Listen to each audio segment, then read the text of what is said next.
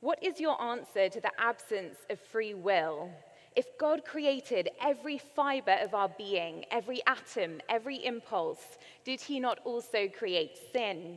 Did he not also create Satan and his actions? Let me go first, and then Vince will give you the substance of it. I'll take a stab at that. If the question is to hold together every assumption that is in that, what is the purpose of God doing that? Then, of course, I'm assuming you also are wanting God to remain in the paradigm and that he is the creator of the universe and your life and mine. When you know that an infinite, perfect God has created you and me, there are only 4 possibilities of God and creation. Number 1, that God would create nothing at all. Number 2, where he would create a world where there was no such thing as good or evil, an amoral world. Number 3, where he would create a world where we would only choose good. Or number 4, create this world where there's the possibility of good and evil with the freedom given to us. No creation, amoral world where we would only choose good, or create a world like this where he has given us the freedom to choose good and evil. This is the only one of the 4 worlds in which love is possible. If love is the supreme ethic, and love is the ethic towards which and the longing towards which we all strive, this is the only one of the 4 possibilities in which love is given to us as a legitimate possibility. Let me give you the illustration from a child and then move into some philosophical extensions of that. You know, when you are a parent, you look at life very differently than before you raise your first child. Then when you're a grandparent, you look at it even more differently than you did when you were a parent. When you're a parent, you are so preoccupied with the worries and the fears that your time is given over to that stress, dissonance. When you've got grandkids, the wonderful thing is somebody else does the worrying, and you can just hug and hold and say goodbye at the end of the day and get your life back again and get your house back again. I don't know why a country musician has not yet written a song about this. As soon as they go, you get your house back, you get your toys back, you get everything back. You know. But I watched my grandkids. G.K. Chesterton said he learned more from observing children than he ever did from studying philosophy. My 3.5-year-old grandson, Jude, who is now 6, he's a guy with an amazing vocabulary. I don't know where he gets it from, but he's got it. He's the guy who dangles his feet at the table and looks across the table and says to you, Papa, well, he's 6 now, so he was about 5, when he looked at me and he said, Papa, what is the meaning of sophomoric? Who's teaching this guy? Where is he getting all of this from? So when he's 3.5, he's a wee little tyke. Sweet little boy, precious little guy. And his mother had lost her car keys, and she's looking all over the place and can't find it. She pauses, our daughter Naomi, slaps her forehead and says, I must be losing my mind. Jude comes and stands in front of her and said, Mommy, whatever you do, please don't ever lose your heart, because I'm in there. Tell me, where does he come up with something like that? The longing to look at his mother and say to her, don't ever lose your heart, I'm in there. Love is the craving of the human heart to belong in the sacredness of trust and a relationship. And that is what you long for and I long for. God, in giving us freedom, gave us the greatest possible gift we could ever have, with the greatest possible vulnerability at the same time.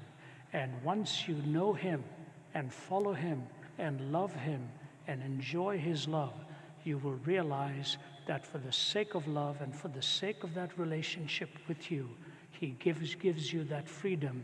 And there are only 2 kinds of destinies that you have. You can bend your knee to God, said C.S. Lewis, and say to him, your will be done. Or you refuse to bend that knee to him, and he says to you, your will be done.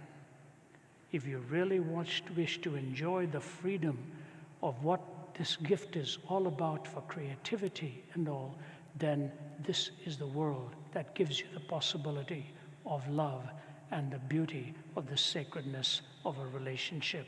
The more you get to know him, the less you ask the other question, because you know in his wisdom he has an explanation that in time and in eternity will be ultimately revealed. Let me give you one illustration and turn it over to Vince.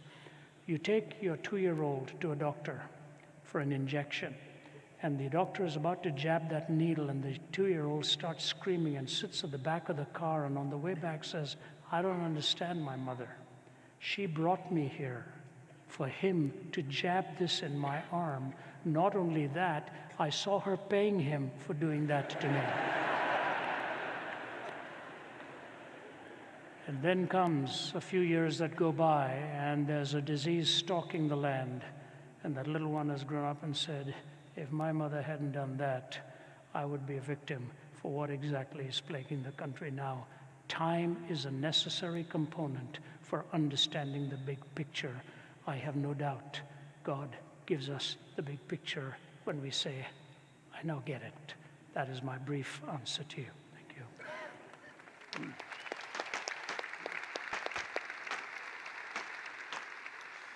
Well, one way to understand this challenge is that God is all good and God only creates good things. So how is it that putting good things together, if that's all that God creates, could wind up with sin and evil? Let me just quickly give you a more trivial example, but one that I find helpful in understanding this, and then a more serious illustration from my life. The example that I find helpful is going to a buffet. Anyone like going to a buffet? I really like going to a buffet, but I am not a good buffet eater, because I go to the buffet and everything individually looks great. And I'm not able to process the fact that some of these things don't go well together. And so I put all of them on my plate, and it doesn't go well then or for the rest of the night. That's how I think about this. God only creates good things, right? He creates the power for me to move my arm. He creates the power for me to have free will. They're both good things. I can use my arm to help someone up. But if I put those two things together in the wrong way, then it's not a good thing. And the more serious illustration in my life that makes me reflect deeper on this is of someone who, as a child, I can remember as a teenager, I wasn't very kind to him and he wasn't very kind to me. And I used those powers that God gave me to push him down rather than to help him up. And I remember taking every opportunity I could to put this guy down. And then I learned a number of years ago that he had taken his life. And at one point the Bible says, "For the wages of sin is death." And I had read that verse hundreds of times, and it never really hit me until then. And I had to start asking questions like, would he have taken his life had I been kind to him? Had I used those very same powers of the movement of my arm and of the free will, not to push him down, but to help him up? And I didn't know the answer to those questions. Sometimes I think we're too quick to look up and blame God for the evil in the world, and we're too slow to look to ourselves and turn that question around and ask, what is our part in that? G.K. Chesterton was once asked to write into a newspaper with an answer to the question, what's wrong with the world? And he wrote a very short letter. He wrote, "Dear sirs, I am sincerely yours, G.K. Chesterton." And so sometimes I think we're too quick to look up and blame God, ironically the same God who, when he was hanging down a cross, looked at the ones who were producing evil in his life, and the instinctive words of his heart were, "Father, forgive them."